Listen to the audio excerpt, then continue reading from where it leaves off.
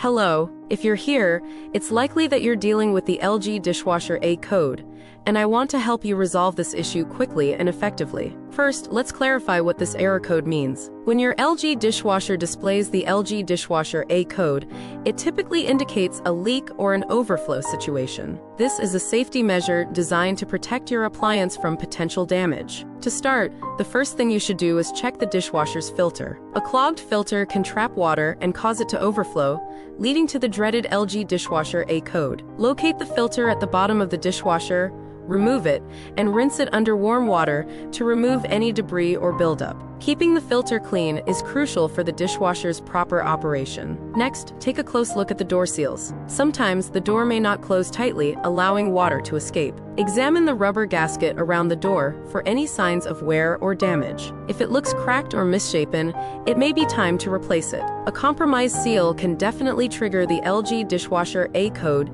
due to water leakage. While you're at it, inspect the drain hose. Ensure that it is not kinked, blocked, or clogged, as these issues can also lead to water buildup. The drain hose should have a clear path for water to flow out of the dishwasher. If it's clogged, clear it out and see if that resolves the error. If you've addressed the filter, seals, and drain hose, yet the LG Dishwasher A code persists, it might be a more serious internal problem. Sometimes the water inlet valve or other components may fail, causing water to leak internally. At this point, I recommend calling in a professional technician who can diagnose the problem accurately and provide the necessary repairs.